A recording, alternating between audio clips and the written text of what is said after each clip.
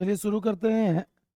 प्रकाश के परावर्तन तथा अपवर्तन का पार्ट टू था। हम लोग पार्ट वन में पढ़ लिए थे, 30 क्वेश्चन का डिस्कशन कर लिए थे। अब ये पार्ट टू है। किसी गोलीय दर्पण तथा किसी पतले गोलीय लेंस दोनों की फोकस दूरियां -15 सेंटीमीटर, तो दर्पण तथा लेंस संभवतः है।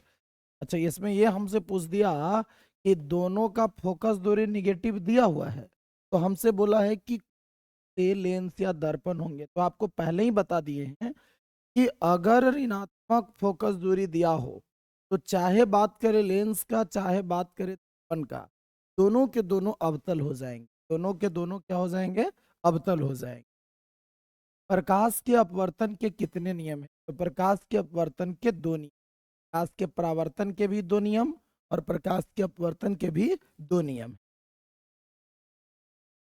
किसी माध्यम के अपवर्तनांक का मान, अपवर्तनांक को n से रिप्रेजेंट करते हैं, तो इस आई बाई साइन क्या, आई बाई साइन आर हो जाए। ए एक उत्तल लेंस होता है। उत्तल लेंस का चलिए फोटो बना देते हैं। फोटो ये देखो, इसका बीच वाला जो यानी कि पेट है वो उभरा हुआ है, किनारे का भाग पतला और बीच का भाग मोटा। तो सभी जगह पर समान मोटाई करना ना, ऐसा नहीं होता। बीच की अपेक्षा किनारे पर मोटा ना, किनारे पर मोटा हो जाएगा तब तो अवतल हो जाएगा। किनारों की अपेक्षा बीच में मोटा, ये सी आंसर सही हो जाए। किनारे की अपेक्षा बीच में क्या है? मोटा। ये उत्तल लेंस है और अवतल लेंस का फोटो हम लोग ऐसे बनाते हैं, तो किनारे पे मोटा और बीच में पतला हो। अवतल लेंस का आवर्धन बराबर होता है। देखो, एगो रहता है दर्पण, एगो हम लोग पढ़े, दो पढ़े। भाई दर्पण का बात करेंगे तो उसमें एम का वैल्यू -v/u होता है। अब अगर लेंस का बात करेंगे तो इस आवर्धन होता है v/u। तो देख लो v/u कौन है? v/ क्या? u। v मतलब यह प्रतिबिंब की दूरी और ये वस्तु की। ऐसे नॉर्मली हम लोग जानते हैं कि m equal to height of image by height of क्या? ऑब्जेक्ट। इसी को कुछ लोग H1 H2 करके शो करते हैं। आप डायरेक्टली ऐसा समझ सकते हैं, हाइट ऑफ इमेज और बाई हाइट ऑफ क्या? ऑब्जेक्ट। अगर डायरेक्ट वे में समझें आवर्धन का डेफिनेशन, तो प्रतिबिंब की ऊंचाई तथा वस्तु की ऊंचाई के अनुपात को हम क्या कहेंगे? आवर्धन। प्रतिबिंब की ऊंचाई और वस्तु की ऊंचाई के अनुपात को आवर्धन कहते हैं। ठीक है, आगे बढ़ते। गोलीय दर्पण में फोकसांतर एवं गोलीय दर्पण में फोकसांतर एवं वक्रता त्रिज्या के बीच कैसा संबंध है? तो आप लोग को ये सब चीज प्रूव भी कराया गया है। गोलीय दर्पण में फोकसांतर यानी एफ और आर में संबंध, तो एफ इक्वल टू आर बट्टा टू हो जाएगा। अगर आर दिया हो तो R equal to two F हो जाएगा। देख लीजिए कौन मिल रहा है। R equal to two F, ये देख लीजिए, R equal to two F है दिया हुआ। यहाँ F equal to two by R नहीं होगा ऐसा। एफ और आर दोनों सेम नहीं होगा। आर जो है वो R equal to F by two ऐसा नहीं होगा। R equal to two F हो जाए। सोलर कुकर में एक प्रयोग किया जाता है अवतल दर्पण। सोलर कुकर में किसका प्रयोग करेंगे? अवतल दर्पण। इसलिए क्योंकि आने वाली प्रकाश की को एक जगह केंद्रित किया जाए, अधिक मात्रा में उष्मा की प्राप्ति हो। पहला क्वेश्चन बोला कि किसी उत्तल लेंस में जब बीम एफ और किसके बीच में हो? 2f के बीच में, तब उसका प्रतिबिंब कैसा? इधर बना लेते हैं। एक हमने ले लिया उसमें हम एक ले एक्स,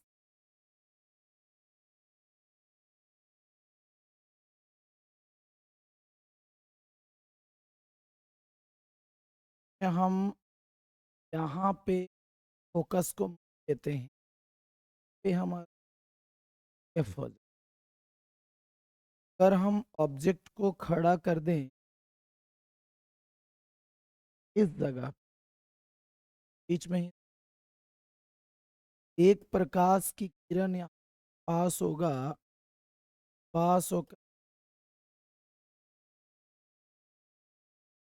यहाँ से कितना डिस्टेंस इसका है? हैं इसमें किया है या नहीं।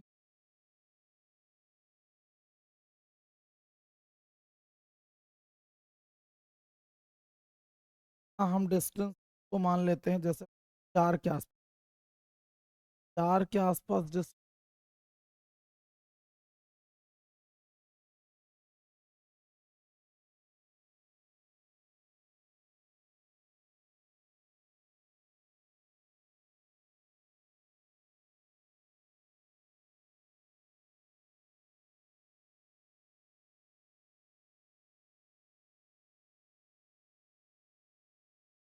घर पे समझ,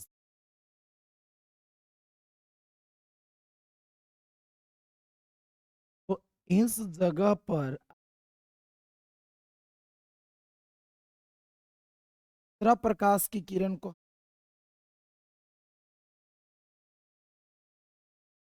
प्रकाश, और यहाँ पे आके ये, तो वहां पे उस वस्तु का प्रतिबिंब कैसा बने,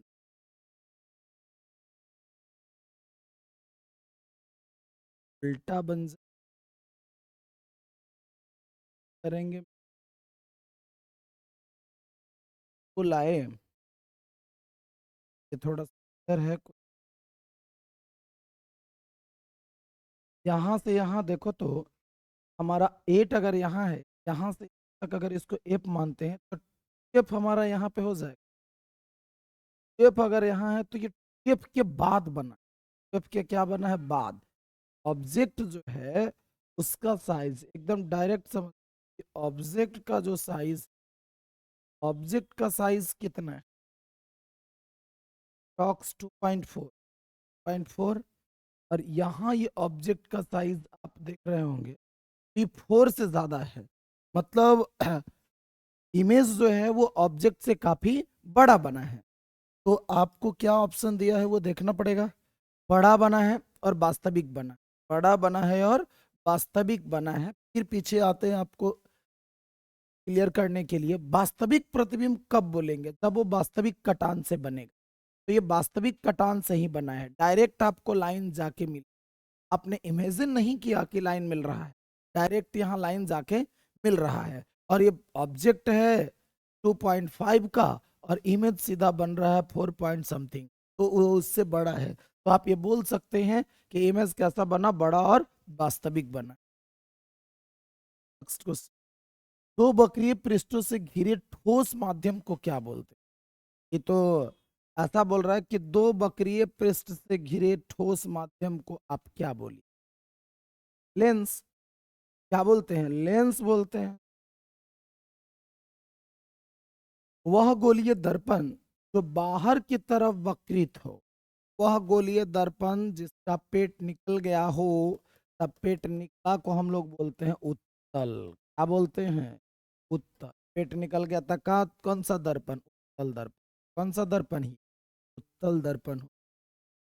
गोलीय दर्पण का परावर्तक पृष्ठ के केंद्र को, गोलीय दर्पण के परावर्तक पृष्ठ के केंद्र को क्या कहते हैं, ध्रुव कहते हैं। क्या बोलते हैं, ध्रुव। कोई गोलीय दर्पण है, उसके केंद्र, अगर इसका बात किया जाए तो इसी को पी पोल बोलते हैं अंग्रेजी में, और हिंदी में उसको कहा जाता है ध्रुव। कोई दिक्कत, हाँ इसी में कंफ्यूजन वाला सवाल रह सकता है कि गोलीय दर्पण का परावर्तक पृष्ठ जो है, उस परावर्तक पृष्ठ जिस गोले का बना हुआ है उसके केंद्र को हम क्या बोलते हैं, तब हो जाएगा वक्रता केंद्र। कौन सी केंद्र हो जाएगी, वक्रता केंद्र। और सिर्फ इसके परावर्तक पृष्ठ का पिच पॉइंट बोल रहा है केंद्र, तो इसको हम लोग बोल देंगे क्या, ध्रुव। फिर से सुनिए, अगर क्वेश्चन ऐसा रहे कि गोलीय दर्पण के परावर्तक पृष्ठ जिस गोले का बना हुआ है उसके केंद्र को क्या बोलेंगे, तब उसको हम लोग वक्रता केंद्र बोल देते हैं, ठीक है। लेकिन यहां जैसे बोला है उसके हिसाब से ये ध्रुव हो जाए। किसी लेंस द्वारा उत्पन्न आवर्धन का एसआई मात्रक क्या है। हो विनोद, आवर्धन का कोई एसआई मात्रक नहीं होता है, ये मात्रक विहीन है। अभी तो बात वही हो जाएगा ना, हो शादी ब्याह हुआ नहीं पूछ लिया जा रहा है कि बाल बच्चा कैसा है, ठीक ठाक है, अंदर से मन करेगा कि क्या बोले। लेंस के केंद्रीय बिंदु को आप क्या बोलते, लेंस का जो केंद्रीय बिंदु है, माने हई देखा लेंस, एकरा में जो बीच का बिंदु है इसको क्या बोलते हैं? प्रकाश केंद्र बोलते हैं। कौन सा केंद्र? प्रकाश केंद्र बोलते हैं। ये तो आप लोग बना लीजिए। किसी शब्दकोश में पाए गए छोटे अक्षरों को पढ़ते समय किसी शब्दकोश, शब्दकोश माने डिक्शनरी, जिसका अब इस्तेमाल बहुत कम होता है, अब लोग मोबाइले में सर्च कर लेते हैं, में पाए गए छोटे अक्षरों को पढ़ते समय आप किस प्रकार के लेंस को पसंद कीजिएगा? अरे अपनी मर्जी है, किसी को पसंद कर लेंगे, नहीं जी। देखो, शब्दकोश में लेटर रहेगा छोटा, हमको देखना है तो बड़ा करके देखेंगे। तो जूम करने वाला जो लेंस है वो उत्तल रहता है, तो हई देखो उत्तल है हिया, ई है उत्तल। इसके अलावा ई ऑटोमेटिक कैंसिल, आई ऑटोमेटिक। अब आते हैं फोकस दूरी कि 50 सेंटीमीटर फोकस दूरी वाला चाहिए कि 5 सेंटीमीटर फोकस दूरी? क्या पूछा? कि 50 सेंटीमीटर फोकस दूरी वाला चाहिए हो कि 5 सेंटीमीटर फोकस दूरी वाली चाहिए? आप आप तो पावर के हिसाब से देखते हो, जितना पावर उतने जूम करेगा, जितना पावर उतने जूम करेगा। तब P इक्वल टू 1/f लिखते हो। P इक्वल टू 1 बाई क्या? एफ। तो हई ई देल किस में है? मीटर में चाहिए, और आपको यहाँ सेंटीमीटर में है। तो तुम अगर सेंटीमीटर की बात कर, तो उस कंडीशन आप इसको देखो तो 1/50/1 समझ सकते हो, और 1/1/5, 1/100 बोल सकते हो। हम सेंटीमीटर को मीटर में कन्वर्ट कीजिएगा तो 50 बाई यहाँ 100 लिखेंगे, इसको 5 बाई यहाँ 100। अगर ये कटेगा तो 0.20 से कटना चाहिए, और ये कटेगा नहीं, एक 0.02 से, ये 0. ये नीचे का सामान जब जाएगा कहाँ? ऊपर। ज्यादा दिक्कत हो रहा है समझने में तो थोड़ा बर्दाश्त कीजिए। अगर ज्यादा समस्या नजर आ रहा है तो 1 बाई, इसको देखिए तो हम क्या लिख सकते हैं? 50/100 लिख सकते हैं। ये मेन बट्टा का सिंबल हमारा ई है, तो अब इसको देखो तो 100 अब बाई 50 कह सकते हैं। और निचलका में आइए तो 1 बाई बट्टा को हम ऐसे लिखेंगे, और नीचे लिखेंगे 100 बाई 5/100। तो ये नीचे से फिर जाएगा कहाँ? ऊपर। तो इसका पावर 2 है, इसका पावर कितना? 5। तो मेरे हिसाब से तो होना चाहिए ये वाला 5 सेंटीमीटर का उत्तल लेंस। ही देखा उल्टे काट दिए हैं हो। 5 सेंटीमीटर का कौन सा लेंस? उत्तल लेंस वाला, क्योंकि अवतल वाला नहीं होगा, उत्तल वाला तो हो ही जाएगा। कोई दिक्कत? देखो, फोकस दूरी अगर बढ़ा दिए तो लेंस हो गया पतला, फोकस दूरी घटा दीजिएगा तो लेंस हो जाएगा मोटा। ये आपको भी पता है कि मोटका अगर लेंस चाहिए आपको देखने के लिए, कोई छोटा सामान को बड़ा करके देखना है, तो उसके लिए आप इस्तेमाल कर सकते हैं ज्यादा पावर वाले लेंस। अब एक बात ये भी समझना होगा कि शब्दकोश का लेटर किस तरीके से है। सवाल तो पूछने के लिए पूछ ही देता है, लेकिन शब्दकोश का लेटर किस तरीके का है? अगर बहुत एकदम एक्सट्रीमली छोटा होगा तो 5 सेंटीमीटर वाला का इस्तेमाल, और अगर थोड़ा बड़ा होगा तो 50 सेंटीमीटर वाला ही। मेन रूप से ये समझना है आपको, ये उत्तल लेंस वाला और अवतल लेंस के, यानी शब्दकोश के लेटर को आपको देखना है तो उसके लिए आप इस्तेमाल करेंगे उत्तल लेंस। कोई दिक्कत? इनमें से कौन दर्पण का सूत्र है? इनमें से कौन दर्पण का सूत्र है? तो देखो तो 1/v plus 1/u equal to 1/f। ला लो, 1/v plus 1/u equal to 1/f, ये फर्स्ट वाला ये सही हो। इसको हम दर्पण का क्या बोलते हैं? सूत्र बोलते हैं। ये है हमारा दर्पण सूत्र। सूत्र है दर्पण सूत्र। बात करेंगे अगर लेंस का, जब पढ़िए रहे हैं तो लेंस सूत्र हो जाएगा 1/v minus by u equal to 1 by क्या? F. 1/v minus 1/u equal to 1/f, ये हो जाएगा के लिए लेंस। गोली नहीं, गोलीय दर्पण का वक्रता केंद्र को किस अक्ष से निरूपित करते हैं? गोलीय दर्पण के वक्रता केंद्र को शीर्ष, यह सवाल पूछे लायक है। निर्वात में प्रकाश की छाल नहीं चाल, निर्वात में प्रकाश की चाल कितना है? 3 × 10⁸ मीटर पर सेकेंड। दांत के जो डॉक्टर हैं वो मरीजों की दांत को बड़ा देखने के लिए कौन सा, देखो छोटा सामान को बड़ा देखने के लिए लेंस पूछेगा तो उत्तल, आई पूछा ही फोटोवा को देखेगा तो अवतल दर्पण। कौन दर्पण? अवतल, क्योंकि अवतल दर्पण ही एक ऐसा दर्पण है जो किसी वस्तु का बड़ा प्रतिबिंब बना सकता है, वरना समतल और उत्तल की औकात नहीं है कि वो वस्तु का कैसा प्रतिबिंब बना दे, बड़ा। पतले लेंस का आवर्धन क्षमता क्या होता है? लेंस हो गया पतला तो आवर्धन क्षमता उसका क्या हो जाना, कम जाना चाहिए। लेंस का जो है उसकी आवर्धन क्षमता कम हो जाए।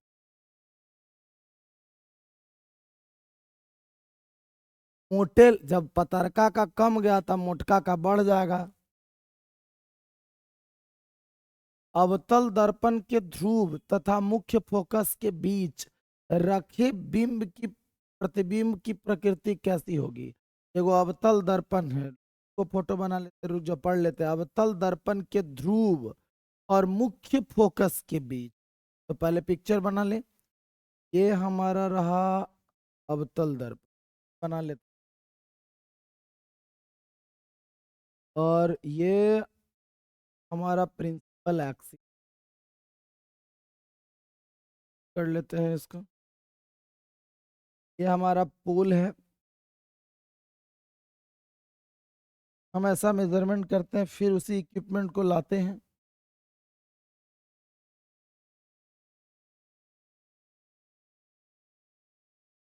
हम ऐसा मान लें अपने मन से कि यहाँ पे हमारा फोकस है, इस जगह पे हमारा वक्रता केंद्र होगा, एफ है। ये क्या होगा? ऑब्जेक्ट रखने बोला है ध्रुव और फोकस के बीच, तो ध्रुव और फोकस के बीच कहीं रखो, ये रख दिया।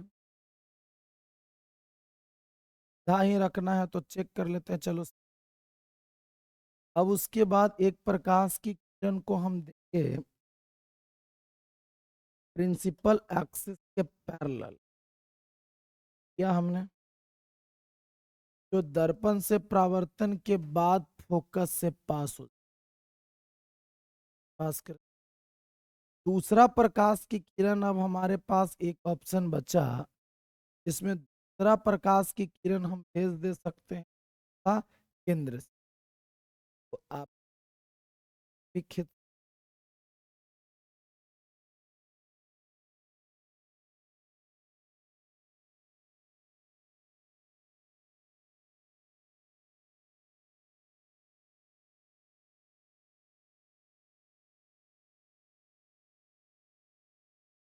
चलिए। तो इधर रियल में कहीं मिलने का आपको चांस नजर आ रहा है? ये तो फैलता चला जा रहा है। तो आप ऐसा नोटिस कर रहे होंगे ये पीछे कहीं ना कहीं,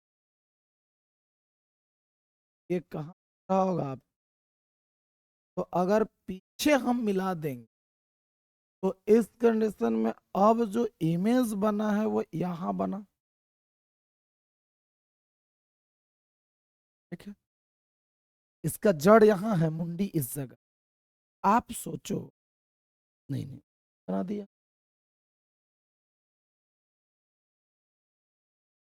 तो अब यहाँ पे बना, तो जब इस जगह पे बना तो सोचो ये प्रतिबिंब आभासी है कि वास्तविक है? ये प्रतिबिंब आभासी है। कैसा है? आभासी। इसको काल्पनिक भी बोलते।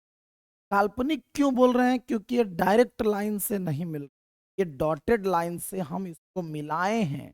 हमको ऐसा महसूस हुआ कि यहाँ मिल रहा होगा, ऐसा रियल में पता नहीं चला।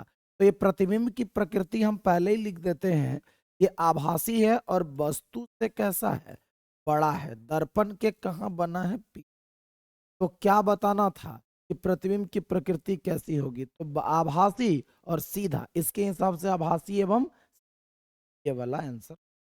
अब बड़ा अगर बोलेगा तो बड़ा भी है, अपने पीछे पिक्चर में देखा भी। उत्तल लेंस की प्रकाशिक केंद्र, उत्तल लेंस का प्रकाश केंद्र और मुख्य फोकस के बीच रखे बिंब का प्रतिबिंब की प्रकृति। देखो बाबू, लेंस और दर्पण के सामने वस्तु को कहाँ रखेंगे, उसकी प्रतिबिंब कैसी बनेगी, ये जरूर आप क्लियर कर लीजिए।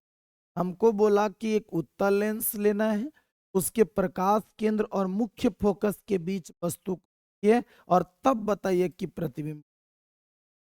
तो हमने एक उत्तल लेंस को लिया, में एक प्रिंसिपल एक्सिस खींच दिए, प्रिंसिपल एक्सिस, फिर रूलर को ले आते हैं। चलो मान लेते हैं कि 4 पे ही रख लेते हैं हमारा फोकस, हमें बनाने के लिए थोड़ा आसान पड़ जाता है, इसीलिए हम ऐसा, ठीक है। एफ भी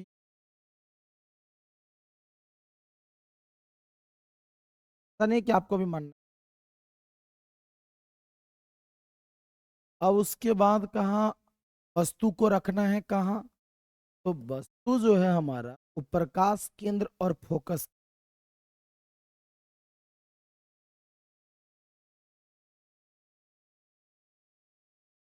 अब हम प्रकाश की किरण को पहले लेंस की तरफ भेजते हैं, अब यहाँ से क्रॉस करेगा फोकस की दिशा में, दूसरा प्रकाश केंद्र को हम भेजते हैं इधर, जो चला जा रहा है इस तरफ।